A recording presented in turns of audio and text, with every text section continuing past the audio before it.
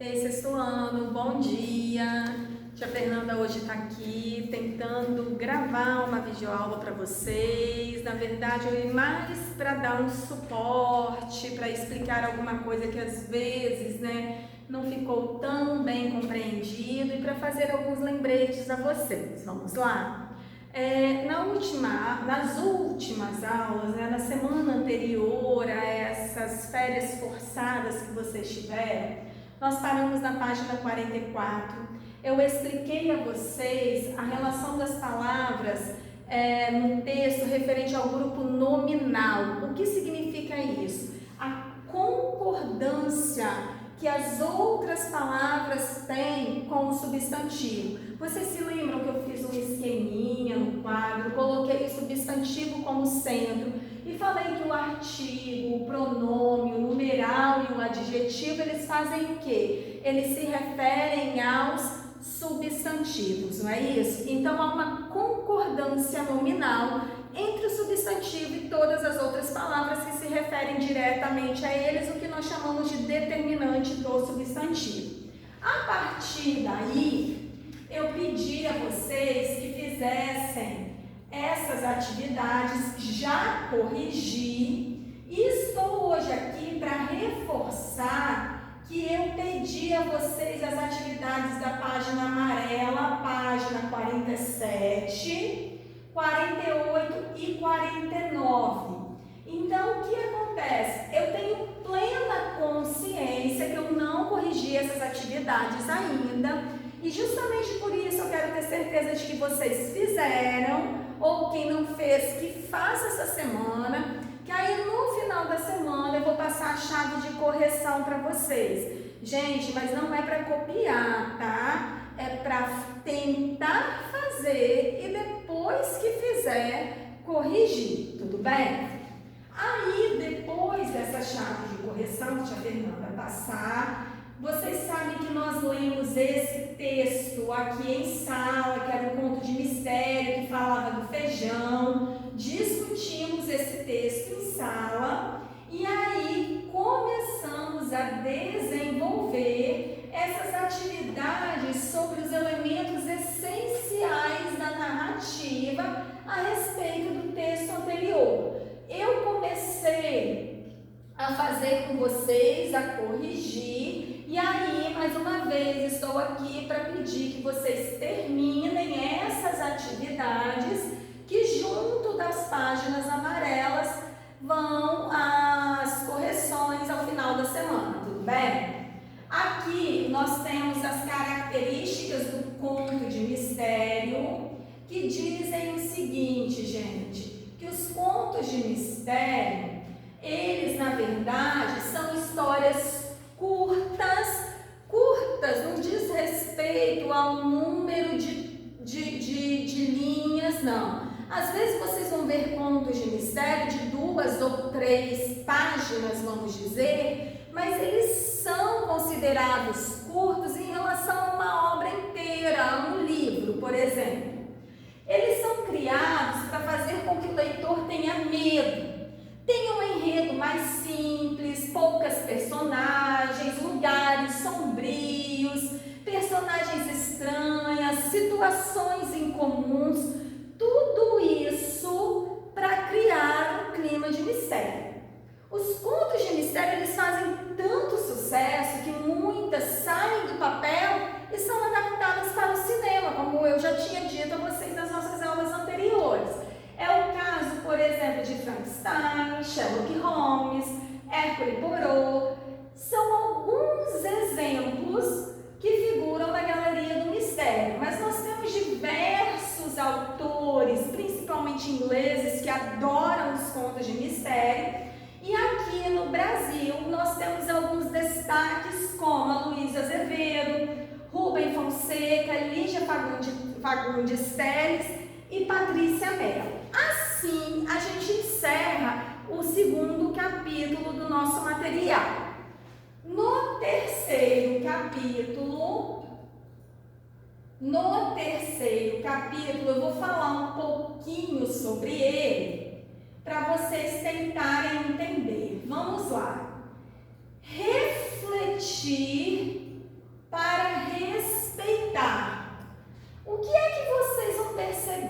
neste terceiro capítulo, Refletir para Respeitar, ele vai mostrar diversas críticas sobre diversos setores sociais. Aqui observem que ele vai falar: censo aponta que escolas públicas ainda têm deficiência de infraestrutura. Então, qual é o tema aqui? A deficiência na estrutura da infraestrutura nas escolas públicas.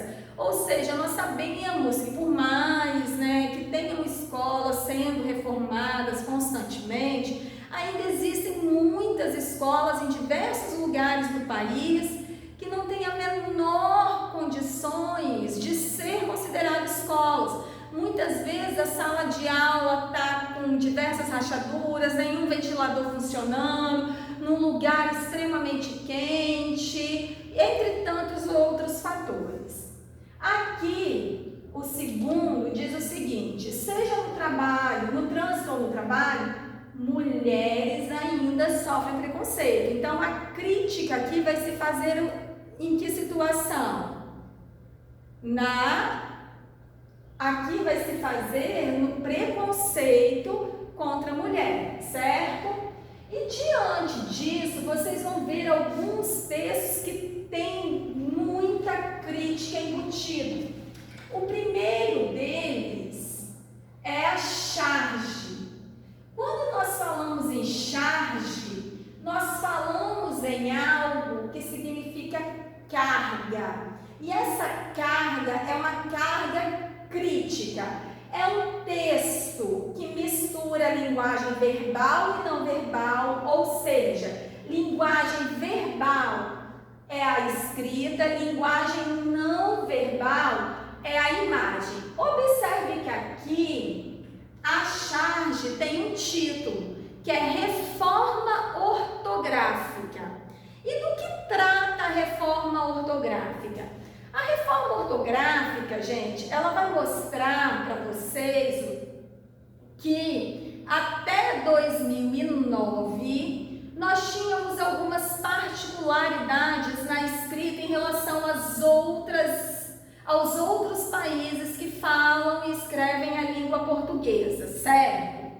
Em 2009, houve uma proposta de reforma ortográfica que visava igualar, ou seja, unificar a escrita da língua portuguesa. E assim foi feito. Todos os países que falam língua portuguesa e escrevem língua portuguesa no mundo, eles se adaptaram para que todos escrevessem de uma única forma. Na fala nós temos particularidades, é claro, mas na escrita, agora, a partir desse acordo de 2009, que entrou em vigor em 2012, todos os países que escrevem língua portuguesa escrevem da mesma maneira, certo? Com as mesmas normas gramaticais. Então, essa charge, ela está falando justamente disso, reforma ortográfica. E aí, mesmo falando de reforma ortográfica, ela faz o quê? Ela faz uma crítica a uma outra situação. Observem o que ela diz. Analise o que está escrito no quadro. É frequente o descaso com o ensino público. Observe que a palavra frequente agora está normal, mas antigamente ela era escrita com esses dois pontinhos em cima do U, aquilo que nós chamamos de trema. Então, ela era escrita dessa forma. Quando pergunta é frequente descaso com esse, quando escreve no quadro é frequente descaso com o ensino público, a professora pergunta aos alunos: o que é que mudou nessa frase? E os alunos respondem: nada. Eles respondem nada não baseado na palavra frequente ou na mudança ortográfica que ela recebeu. Ele responde nada baseado em quê? No descaso com o ensino ensino público. Observe as condições dessa sala de aula, ó, paredes rachadas, fios pendurados. Observem aqui que parece ter algum inseto, sala suja, entre tantos outros fatores. Então, quando nós falamos de charge, nós falamos de um texto que mistura linguagem verbal e não verbal e que tem uma carga crítica nela, certo? A partir da leitura dessa charge, vocês vão ver que tem algumas atividades que eu preciso que vocês façam. Na próxima página, vai mostrar a vocês justamente o que eu estava falando do acordo ortográfico da palavra frequente. Observem aqui, ó, o uso do trema que existia na nossa língua para dar esse som de gui, qui, gue, que, como 50, frequente, linguiça, liquidificador. Para dar esse som, nós tínhamos essa marcação do trema e que a partir do novo acordo deixou de existir. Então, como é hoje, isso aqui como é hoje, porque essa tabela foi proposta antes do acordo ortográfico. E como vai ficar? Na verdade, hoje é essa estrutura utilizada. Isso não existe mais. É só para vocês analisarem o que mudou, certo? A partir dessa análise, vocês têm as atividades de interpretação até entrarmos nos pronomes. Quando nós falamos de pronomes, aqui tem uma outra charge para vocês analisarem. Diz o seguinte, olha o título: Brasil fica entre os últimos em ranking mundial de ensino. Eu tenho dificuldades em interpretação, diz essa personagem. Eu me complico em matemática, diz esse aqui. Eu tenho dificuldade em interpretar as questões de matemática, diz esse aqui. Observe a carinha de desespero dele e a partir dessa charge vocês vão responder as questões solicitadas, certo? Depois nós vamos introduzir aqui os pronomes pessoais. Gente, isso aqui é de extrema importância, porque quando eu falo de pronome pessoal, eu falo do uso do eu, tu, ele, nós, vós, eles. Vamos lá. Quando eu falo eu, tu, ele, nós, vós e eles, vocês têm que se atentar a um detalhe. Olha só, esse eu é a primeira pessoa do singular. Eu não sou único, uma pessoa só, eu falo. Então, primeira pessoa do singular. O tu é a segunda pessoa do singular, vou abreviar para agilizar. Ele, a terceira pessoa do singular. Quando nós falamos em nós, eu deixei de ser uma, mas eu estou incluída na conversa, certo? Então, novamente se trata da primeira pessoa. Só que ela passa a ser o quê? Passa a ser plural. Vós, a segunda pessoa do plural. Eles ou elas, a terceira pessoa do plural. E aí observem isso aqui. Quando nós falamos, tudo isso aqui é extremamente importante. Então, igual a tia Fernanda manda vocês grifarem na sala, eu quero que vocês grifem aqui também. Quando nós falamos nos pronomes pessoais, nós falamos nas três pessoas envolvidas no processo de comunicação. Nós temos como primeira pessoa a pessoa que fala, que é o que nós chamamos de emissor, quem emite a conversa. conversa, ou locutor, a pessoa que fala. Nós temos a segunda pessoa, que é com quem se fala, chamado de receptor ou ouvinte, e nós temos a terceira pessoa, que é de que ou de quem nós falamos. Então, por exemplo, eu sou a professora, estou falando com Ana, a aluna, sobre o dever de casa. Prestem atenção, eu, Fernanda, professora, primeira pessoa, eu falo. Estou falando com quem? Com Ana, segunda pessoa, com quem eu falo. E estou falando de quê? Da tarefa de casa, terceira pessoa, sobre o que nós estamos falando. Então, eu, Fernanda, tu, Ana, ele, dever de casa. Ficou claro isso?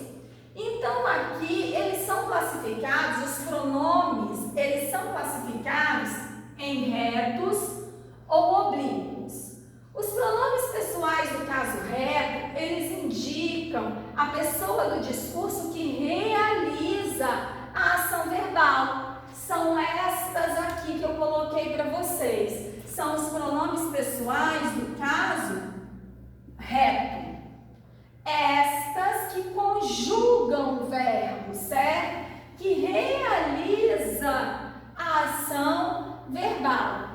Enquanto os oblíquos, eles são usados para indicar a pessoa do discurso que recebe o efeito da ação verbal. Por exemplo, quando entramos na sala, a professora nos informou a data da prova. Esse nos, observe que ele responde a pergunta do verbo. A professora informou a data da prova a quem? A nós. Mas aqui eu poderia usar o nós? Não, informou, nos informou a data da prova. Nós temos o péssimo hábito de falar assim: não vimos ela na aula hoje. Vimos ela. Nós temos que lembrar que eu, tu, ele, nós, vós e eles só são pronomes que praticam a ação, eles exercem papel de sujeito. Então, eu não posso falar nós vimos ela. E é justamente para isso que existe o pronome oblíquo, para eliminar o uso do pronome pessoal depois do verbo. Então, o correto é dizer nós não a vimos na aula hoje, certo? Diante dessa primeira explicação, nós temos aqui no quadro a seguir, deixa eu apagar para facilitar a nossa vida. No quadro a seguir, vocês vão ver que nós temos os pronomes pessoais do caso reto e nós temos os pronomes pessoais do caso oblíquo. Os pronomes pessoais do caso reto eu coloquei ali ao lado para vocês, então vai ser simples vocês colocarem no singular e no plural. Só que os pronomes pessoais do caso oblíquo, eles são um pouquinho mais diferentes, mas todos eles estão aqui. Eu vou fazer o primeiro para vocês entenderem. Por exemplo, a primeira pessoa do caso reto é o eu. Eu no singular e no plural é quem? Nós. Só que nós temos que saber o seguinte, quando eu falo assim, eu me machuquei. Por que eu usei o me? Será que eu poderia usar o outro pronome como se? Eu se machuquei? Seria correto isso? Não. Porque se é primeira pessoa, eu tenho que seguir a norma de primeira pessoa. Quais são os pronomes oblíquos do caso reto no singular? Nós temos o me, mim e comigo. Ou seja, eu me machuquei, isso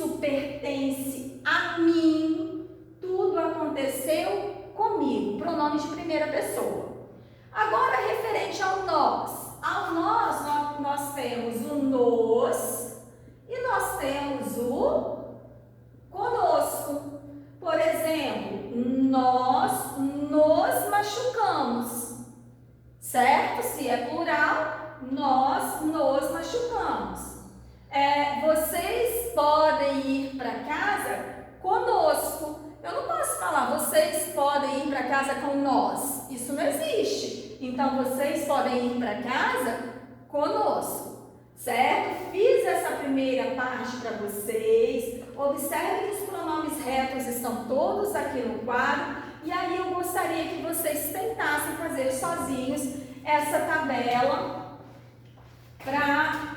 com os pronomes que estão aqui, ó. Já estão todos expostos, é só adequar a tabela, certo?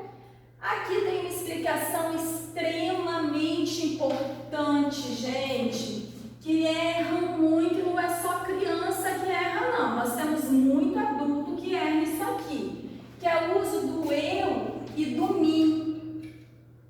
Observem o seguinte, analise a frase a seguir. É assim que você normalmente fala? A reunião não começará sem mim ou sem ti. Observe que esse sem é uma preposição.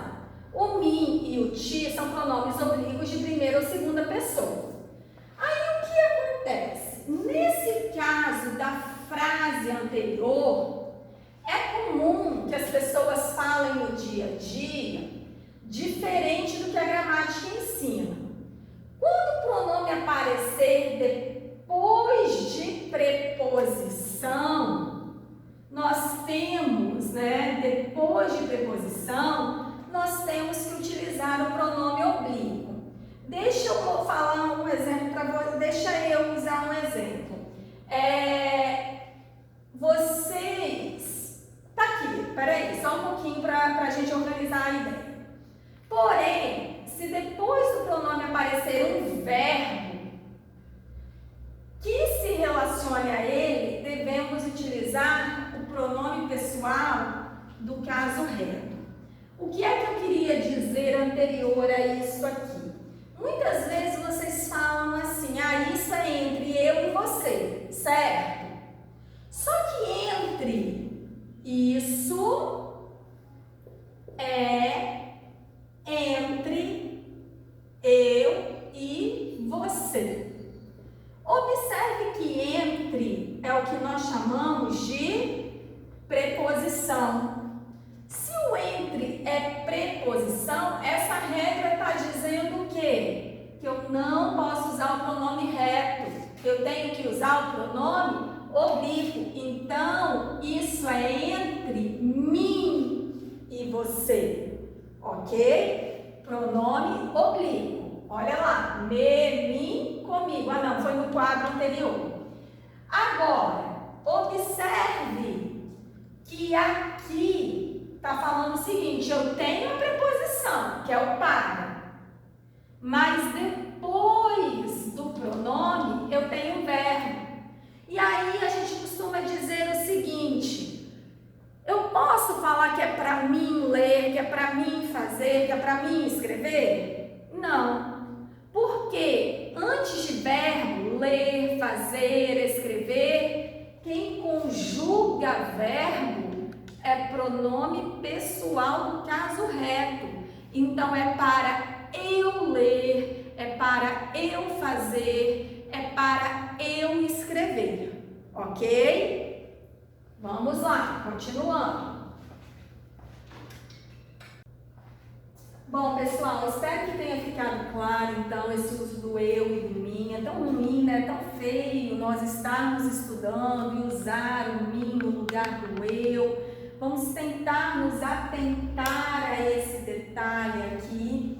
E aí, tia Fernanda vai optar em parar por aqui, porque a próxima regra é um pouquinho mais complexa. O que é que eu pretendo fazer? Vejam só, eu vou desenvolver umas atividades sobre o uso dos pronomes pessoais do caso reto e do caso oblíquo.